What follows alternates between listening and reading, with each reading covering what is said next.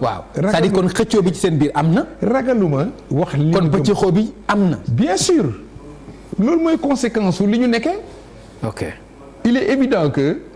leadership bi nekk tey au sein du parti démocratique sénégalais bu ñu wax leadership nag waxuñu ay ku ko jiite. mooy mbir mi ni muy doxee ak ni ñu koy organiser ak processus yi indi décision yi heure bi ñu toll nekkul maanaam lu gën ci ñun.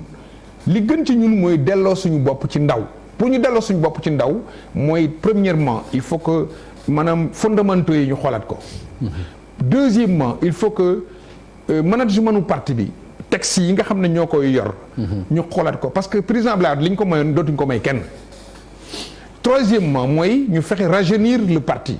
mais rajeunir bi nag du da ngay toll fële rek man ndaw laa ay ce qu'on appelle le jeunisme. loolu aussi du règle li am solo mooy ku bëgg nekk jeune bëgg nekk responsable de haut niveau bay dugg comité directeur da nga war a prouver à la base que tu représentes quelque chose d'abord dans ta section que tu représentes quelque chose dans ta fédération que tu représentes quelque chose sa région bu ko defee comité directeur bi nekk un comité directeur bu dépendre ci base yi mais toog fii rek parce que simplement tu as un mouvement parce que tu es l'ami de Massamba ou de Mademba ñu dugal la ci instance de direction du parti. C'était valable peut-être quand on a perdu le pouvoir immédiatement pour essayer de mettre tout le monde dans le jeu. Mais aujourd'hui, le PDS a besoin de se restructurer, le PDS a besoin de se rénover, le PDS a besoin de proposer aux Sénégalais une nouvelle offre politique. D'accord. Parce que président Abdoulaye Wade dootul nekk candidat te président Abdoulaye daf ñu wax dañuy gunge ba 2019 kon fi ñu toll kay ñun war nañ toog xalaatal suñu bopp nag pour 2024. D'accord kon espoir baa ngi fi pour PDS. gëm naa ne PDS xelum def la c'est une âme. foofu laa lay wax léegi ne la héritage bi. Abdoulaye ndonoom laa wax fii ba illaa yow mi diini bu ñu góorgóorloo day sax ci réew mi mais Pape Ngagne mais seetlu woo ne ñi doon xëccoo réew mi ñi ko doon xëccoo 84% des suffrages téeméeri baat yoo jël juróom-ñett fukki bi ak ñeent kepparu Abdoulaye lañ màggee diggante Macky Sall Idrissa Seck Madické Niang ñoom ñoo dajale voix yooyu. ki ci des muy Issa Sall ak Sonko soo xoolee 17% la ñu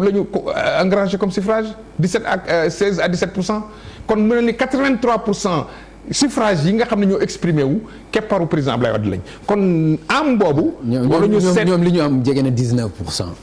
oui d'accord supposé même 20 parce que les 15 qui jëm kër même 20 kon ça veut dire 80% sénégalais yi dañu voté ci famille yu président Abdoulaye Wade. kon kay ñun suñu am bi ba tey mu ngi fii. li ci des mooy lan quand tu as une armée aussi massive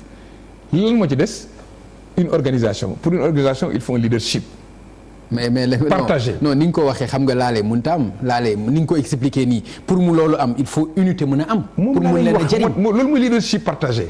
un leadership partagé suppose que nit ñi dañuy ànd mais pour ñu ànd dañu war a ànd ci àndu nawle dañu war a ànd autour de ay valeurs. ak ku koy profité aussi ànd boobu. kan bu amee ku koy profité rek mu yàqu ñëpp ci war a profité comme avant Abdoulaye dama ci war a profité loolu mënutul nekk. non ànd bi da nga ci boole Macky Sall ci pourcentage am. non dama ne maanaam keppaaru Abdoulaye laa lay wax il est possible que président Macky Sall moom moo xam fu mu jëm ëllëg. ndax dafay dem ci retrouvailles libérales. loolu moom ci boppam moom moo xam lan moo nekk ci vision mais ñun ñi nga xam ne ñooy keppaaru Abdoulaye Wade mooy PDS mooy li nga ma junj léegi li ñu war a doon ci président Abdoulaye Wade son héritage dama ne mu ngi fi dafa soxla ñu sàmm ko. dafa soxla ñu defaraat ko dafa soxla ñu aar ko dafa soxla ñu bokk ko duñ ko séddoo. parce que warul tasaaroo. ku ko bëgg a séddoo mooy ñi nga xam ne dañuy pousse ñenn ñi pour ñu génn dañuy mun a xatal ñenn ñi pour ñu dem dañuy fexe di siisaate. mais à quelle fin pour lan. pour des intérêts personnels. te loolu arrangé wul l'héritage du président Abdoulaye Wade Abdoulaye Wade njaboot la fi war a bàyyi. mais personnel comment personnel. maanaam mooy li nga wax léegi pour l'intérêt de qui ça doit être pour l'intérêt de personne ça doit être pour l'intérêt de tout le monde. il faut que liñ nar a sumb war koo liggéey président Abdoulaye Wade war ñu cee jàppale mu taxaw mooy que ñu am parti boo xam ne dootul nekk parti pour ma Samba dootul nekk parti pour ma Demba day nekk parti pour ñëpp di ko bokk ñëpp di ko waxtaanee ñëpp di dogalandoor ñëpp di pàccoondoor du tere ñu am ko jiitu mais ki jiitu warul jàpp boppam ne moom ñii ma leen gën moo tax ma jiite leen. dañu jàpp ne ànd bu ne action yi bu bëree itam dafa war a am unicité maanaam kenn moo war a nekk ci kanam. ñëpp topp ci ñu jëm ci objectif bi nga xam ne dañ ko fixé ndoor PDS mun na loolu mais pour ça nag il faut aller très très vite. Il faut s'organiser il faut rendre le parti plus attractif il faut que ñi nga xam ne ay ndaw lañ te ñoo bari ñu ci bari tey Karim si ñu fexe ba ñoom attraction boobu est-ce que comme ak leader Karim Wade mën na nekk. ça dépend ci militants yi ku ne mën na nekk leader jënga bu ñu d'accord ci lan lañ ban parti la ñu bëgg d'accord ci naka lañ koy doxalee d'accord ci yan sart moo koy doxal pour ki koy jiite amul importance ku ko jiite baax na parce que de toute façon da ngay tënku ci li nga xam ne mooy sart yi. D'accord te yaakaar nga jot dina am pour mën a revoir charte yi mën ko xoolaat est-ce que dina yomb parce que yéen a ngi bëgg a yàgg aussi ci opposition est-ce que dina yomb est-ce que nit ñi nañ xaar. mais on a aujourd'hui quand même bu ñu jëlee ay objectif ay dem élection parti bu jël objectif dem élection rek doo dem fenn parce que da nga jël objectif construire loolu à long terme il y a moyen et long terme il y a le court terme mooy participer à des élections il y a le moyen terme mooy nga essayer organiser wu ba mën a faire face aux aspérités maanaam agressions yi troisième bi mooy le long terme on a des jeunes qui en veulent ñu ci bëri amuñ expérience on a des anciens qui sont très expérimentés am nañu un leader charismatique koo xam ne ba tey li mu moomal boppam képp koo xam ne ni tënku nga ci mën nga cee jëriñu damay koy wax misaale rek ne liggéeyu Serigne Touba ci mouridisme tey ñi nga gis tey ci yoon wi ñuy jëriñu dafa am ko sonnoon démb président Abdoulaye dafa sonn ci politique dafa sonn ci parti démocratique dafa sonn ci réew mi ñun ñi nga xam ne ñoo nekk ay premiers compagnons ñooñu ñun tey suñ cër xam mooy lan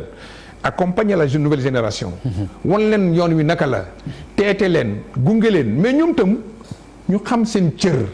ñu xam seen place ñu xam luñ mën ak luñ mënul te ñu bañ a yàkkamti xam ne fa ñu jëm loolu leer na comme message voilà. Mais cycle électoral bi nga xam ni tardé ngeen présidentielle bi local yi mën nañu yaakaar ni PDS bokk ci ñu jëm nag ci législative yi utali PDS bi xanaa utali présidentielle yi xanaa leen daal moo ma ci jaaxal xanaa li ma ci jaaxal mooy conditions yi taxoon bokkuñ ci présidentielle yi bu fekkee même condition yooyu moom lañ nar a organiser élection locale yi man je me pose toujours une question naka la ñuy def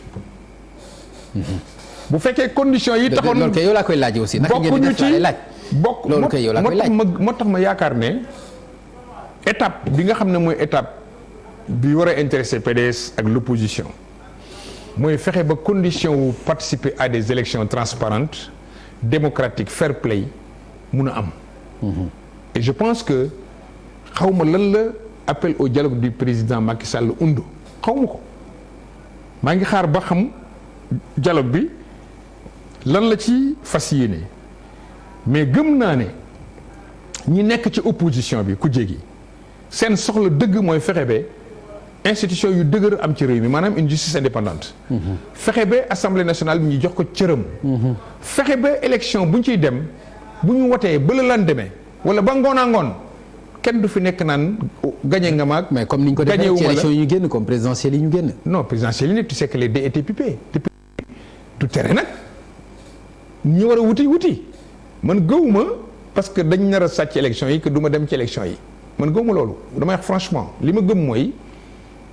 élection reenu ñambi la. kon ba ko Wade di wax yow gëmoo ko woon. comme bëri la non xam nga ba mu koy wax. wax ni pourcentage bi lay gagné jarul kenn di dem ci élection yi. xam nga président Abdoulaye Wade peut-être moom mun na gis lu kenn gisul. mag la yàgg na ci. ñun li ñu gëm mooy sunu gis-gis ak sunu ndaw li ñu may mooy boo nekkee en face benn adversaire quel que soit taayam quel que soit bu fekkee mbër la dafa diwoo laalo da nga naan naa ko songo parce que mën naa ko daan peut-être foofu la amee divergence. mais fondamentalement li am solo mooy parti démocratique sénégalais tirer les leçons de l'élection présidentielle et s'inscrire ci benn dynamique gu réorganisation une dynamique de rassemblement de l'ensemble des membres du parti man gëwuma ay daqaate man gëwuma ay nit dafa def choix bi dañ ko war a génne ci parti bi man gëwuma ay sisaate man gëwuma ay boddante man lu ma gëm mooy rassemblement l'heure est au rassemblement des forces yeneen parti yi lu ñu xoloo seen biir ñu ngi rassemblé wu xoolal parti socialiste bi fu ñu jaar depuis pendant 7 ans ñu ngi fantasiré woo malgré loolu Ousmane Tanor Dieng moo la gën a xam ne en 2024 bu fekkee ne lii moo continuer parti socialiste dafay fay mu commencé bëgg a rassembler les forces socialistes la famille socialiste ñun PDS loolu moo war a nekk suñ mission aussi parce que dañu nekk situation boo xam ne day difficile ci ñun Abdoulaye Wade dootul nekk candidat Abdoulaye Wade dañ koy ñaanal fan wu gudd ak wér waaye mu continuer di ñu éclairer mais du moom mooy porter le message dans 3 ans am na xale yoo xam ne